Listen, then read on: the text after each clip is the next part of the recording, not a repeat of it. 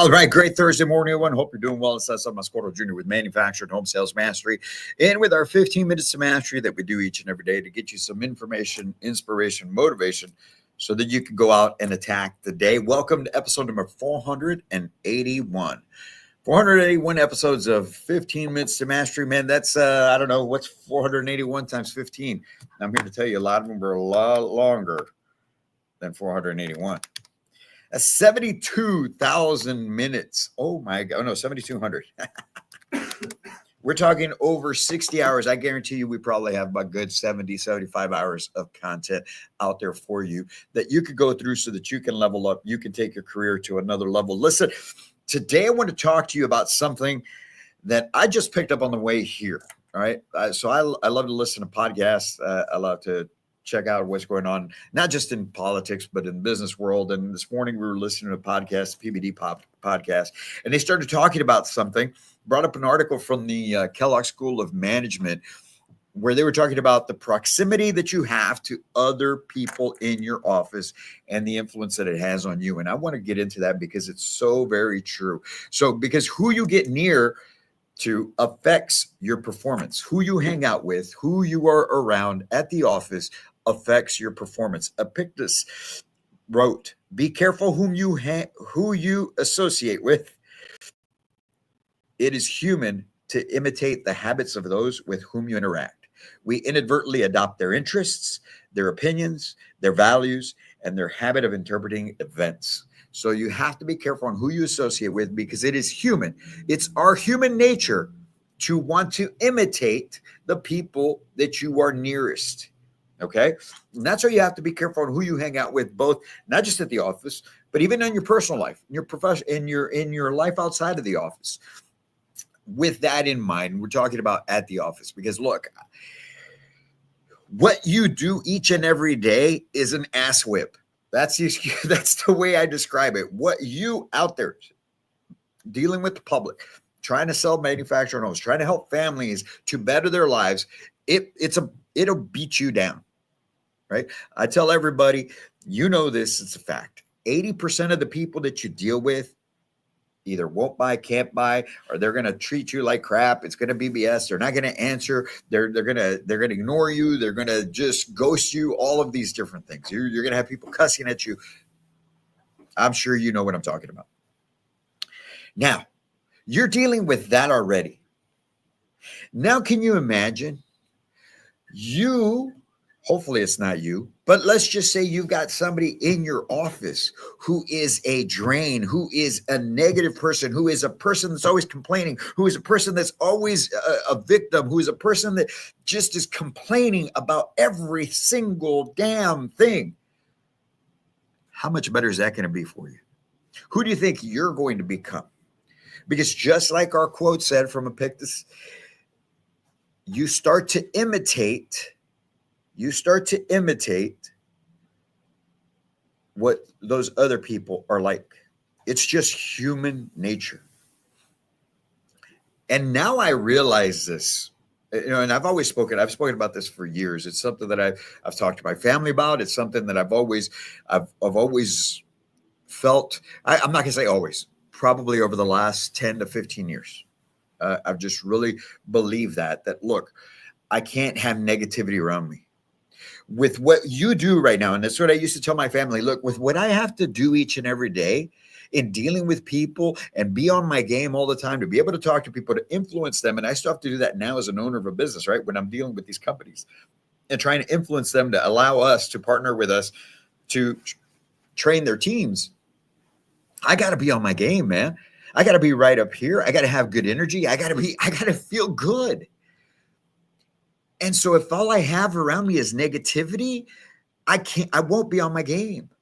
It's going to affect you. If you're that type of person that you like to scroll through and find all the bad stuff and looking at this and some people look for it because they want to feel better about themselves. They want to see that other people are suffering so that then they can say, oh, poor them, because it makes them feel better about the fact that somebody else has it worse.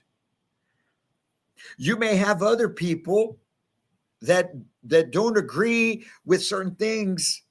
And so all they do is complain about everything. And guess what? You may think you're strong enough to deal with it, but in reality, those things influence you. And then you start becoming that type of person. And then next thing you know, you're not as in tune with your buyers, with your clients when they're coming in. Right? That article from the Kellogg School, you can go check it out. Check out all you got to do is Google Kellogg School of Management. Uh, and it would be Kellogg School of Management article on association, right? As a matter of fact, we'll probably put this in the comments. I'll put the link in the comments for this article. I'll put it in right now, okay, so that you could check this out for yourself. I think it's crucial that you guys read this for yourselves. It's amazing, the information on here, because what this states here, this study showed, and it was back in 2017. You can imagine now with the way things are now and how much bitching people are doing right now. Okay. It's even worse. So listen, okay. It says here that researchers looked at the 25-foot radius around high performers. Are you a high performer? Okay. Check this out. The 25-foot radius around high performers at a large technology firm, and found that these workers boosted the performance in their coworkers by 15%. If you are a high performer, you have that type of influence. I tell you guys all the time, you're leaders. You're not just leaders of your customers. You're not just leaders of your family. You're leader of the people around you. They notice, they look at you, they see your example. So if you're a high performer, you can boost the performance of the people around you by up to 15%. And then the positive spillover of that translated into an estimated $1 million in additional annual profits. That was 8 years ago. Imagine what that is now. I wouldn't be surprised if it's at least close to $2 million, the influence that a high performer would have on a company, depending on the product and whatnot, right? But it doesn't matter if you're selling homes, if it's a technology firm, or if it's somebody at the convenience store. Just think about when you're around those people that are high performers. It can do that. However, it also goes and talks about the people that are negative, the people that would be the toxic people, right? When you have a toxic person in your environment, in your office, you need to cut that. You need to cut it quickly. You need to get that person out, okay? And if you're that toxic person, you know who you are. If you're that toxic person, you need to address that. You need to get it fixed, and you need to be done with it. Because not only are you affecting yourself, you're affecting those people around you. Don't bring other people down. Don't be like that crab in the bucket, grabbing people and pulling them down. It's not that bad. The world is not that bad. I mean, the world sucks. There's things going on all around the world all the time. But man, you are here and you are there. You're doing what you do. So go out and be a great person. That's the whole thing about it. But if you are just getting into the business, if you notice that there's toxicity in the office, you need to be bold enough to speak up about it. And I'm not saying be confrontational. I'm talking about you need to take that up with your management. And now, the unfortunate thing, this is one of the things that I talk about in the industry. The industry, if for a very, very long time, and I'm not talking just years, I'm talking decades. Okay. For decades, it's been something that's been allowed. We've always considered ourselves a great industry as far as there's money to be made and things of that nature. People need it, right? We've got that 8 to 10% market share, but it's always been an industry that is very, I'm not going to call it toxic. I'm just going to say that it hasn't lived up to its true potential. That hasn't had the level of self-respect and professionalism and truly wanting to lift people up. That's why us coming on the scene 2 years ago and saying, hey, we're going to level up this industry. We're going to revolutionize the industry. We're going to help take you to another level. People are like, what are you talking about? It was just, it's unheard of for somebody to truly want to lift people up, to truly want to help you do better for yourselves. So anyway, in this industry, that's what it's been. So you may see that it stems from management. And I'm here to tell you, my friends, if that's the case, you're not going to change it. And if that's the case, you need to start thinking about what it is that you're going to do on a professional level for yourself. Because I am here to tell you, if you stay in that environment, it's going to affect you. It's going to affect, I know from personal experience, it will affect you. You will start compromising yourself. You will make decisions that you normally would not have made in the past. You will do things that you should not do. And that's not the life that I want for you. That's not the life that you want for yourself. Those aren't the stresses that you want to have in your life. Those aren't the issues that you want to be dealing with. There's too much good to be had. There's too much good to do out there for you to put yourself in a situation that's going to allow you to compromise who you are. But if you're a high performer, now I'm speaking to the high performers out there, you have a huge responsibility to take people under your wing and lift them up. You have a huge responsibility to be the example, because you became that high performer at some point in time in your life, whether it's where you're at now or somewhere else, because of somebody else's influence.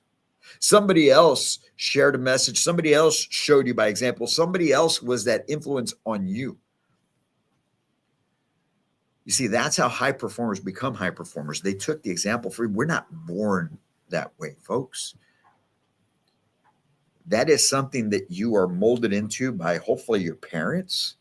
And then the people, because of that influence that your parents had of you, and they're expecting more of you, because they expect more of you. I know in the moment, as a child, as a teenager, you may think, my God, all you are, you're just on my ass all the time. I wish they would just stop. When all parents are trying to do is help you hold yourself to higher standard, because eventually you're going to have to make decisions for yourself. And so here's what happens. Hopefully your parents raised you right, and they set those right expectations for you, so that now when you enter the world, you're making the right decisions. You're holding yourself to higher standard and those around you. And that's why they say when you are going to go out and do something great, when you're going to do something great, it gets lonely for a while. It gets lonely for a while because you're leaving that old world behind. You're leaving those people that weren't at the level that you needed to be at, or that you are and want to go to. But yet you're not developed enough to be able to associate with those people that are at that higher level. So you're in between, and that time in between is very, very lonely. It's very, very lonely. Many, many days over the last 18 months, I spent from 5 a.m. till midnight by myself. Didn't speak to anybody on the phone. Didn't have encouragement from old coworkers. Didn't have people call, hey, how's it going? None of that, man. It's just put your head down and become the person you need to be and work at what you're after. But as you start to improve, as you start to level up, other people, here's the great thing about it. All right. Here's the great thing about it. As you start to level up and you start doing bigger and better things, and you start proving who you are and that you're real, those high performers at the level above you actually start reaching down to you. They don't wait for you to reach up to them. They start taking notice. And those people that are truly confident, those people that are truly successful, they see that and they appreciate that. And they will start telling you, hey, man, I noticed what you're doing. Great job. Keep it up. They may not do business with you, but they will tell you. They will tell you. And that's where you want to be in life. That's where you want to be in business. So if you right now, my friends, are in a toxic environment, if you right now are the toxic person, you need to cut that stuff out.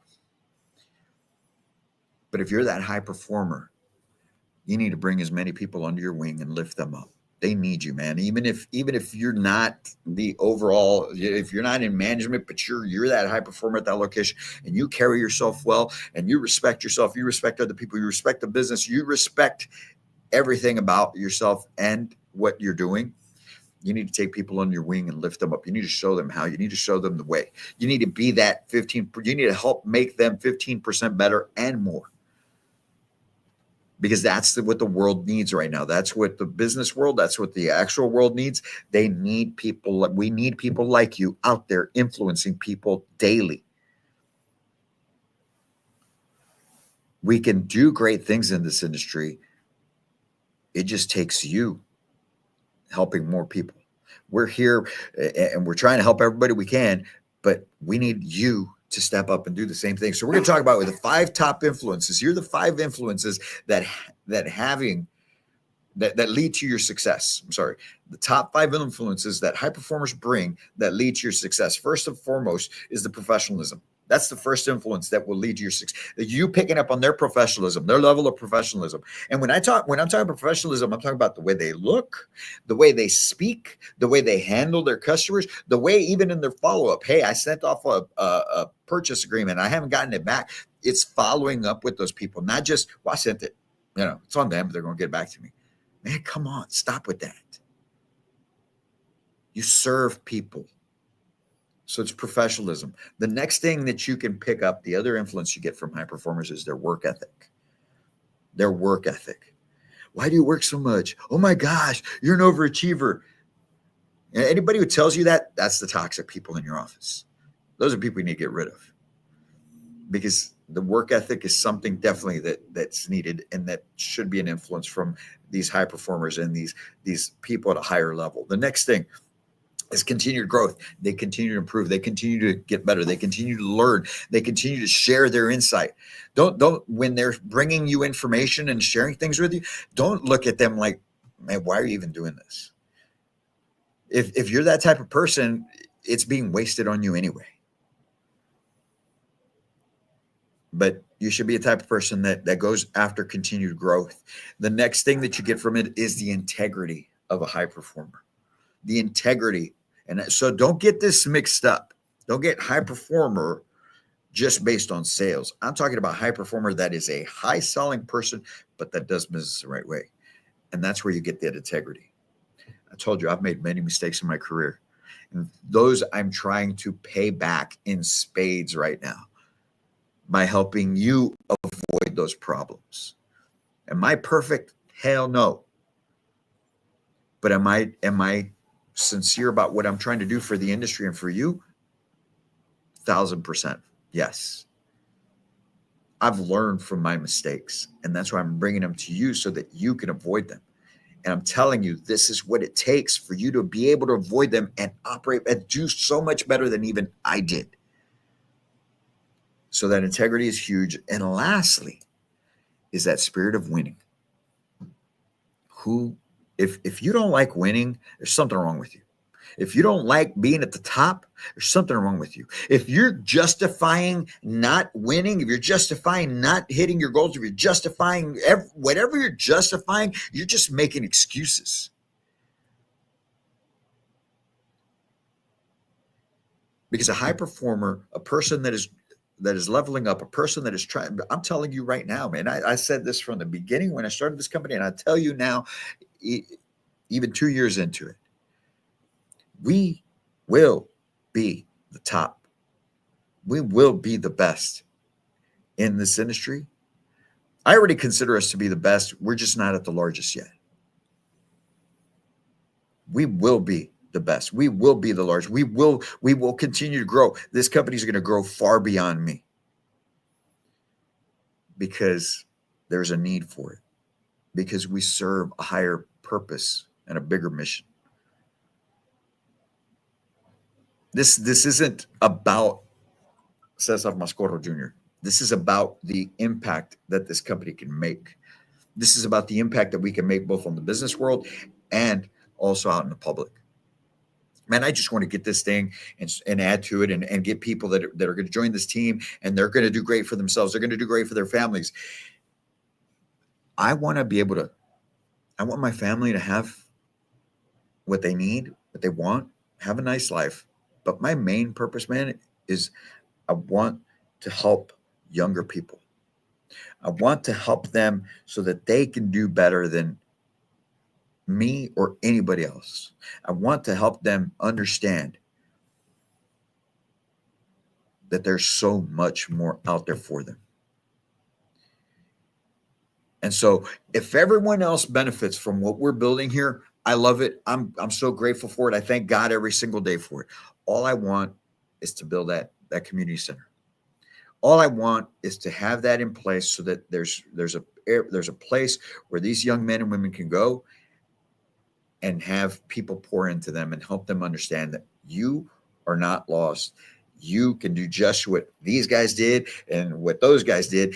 There's no special, there was no special circumstances for them. All they did was put in the freaking work. And you can do it too. So that's the influence of the people around you. Make sure you're guarding yourself, you're guarding your mind, and you're hanging out with those people that you should be hanging out with. It's so easy. It's so easy. The path of least resistance is to get involved in the gossip and the toxicity and the everything, the scheming, the all that other BS. It's hard to do the right thing. It's hard to continue to improve. It's hard to want to level up. It's hard to want to be a top performer. It's hard to do great things. And that's why you should do them. You guys have a great Thursday. Go on out there, do some fantastic things. Look, man, we got a couple days left here, and then we're headed out to New Mexico for the week next week to do a great week-long training with Zia Factory Homes out in Santa Fe, New Mexico. I'm looking forward to that. But we'll be in here tomorrow with another 15-minute semester. I got a special one for you. All right. That kind of goes in line with what we talked about today. But share the episode, share the information, go level up, and cut out those people that need to be cut out. You guys have a great Thursday. We'll be talking again soon. Until then, my friends, can't wait to meet you.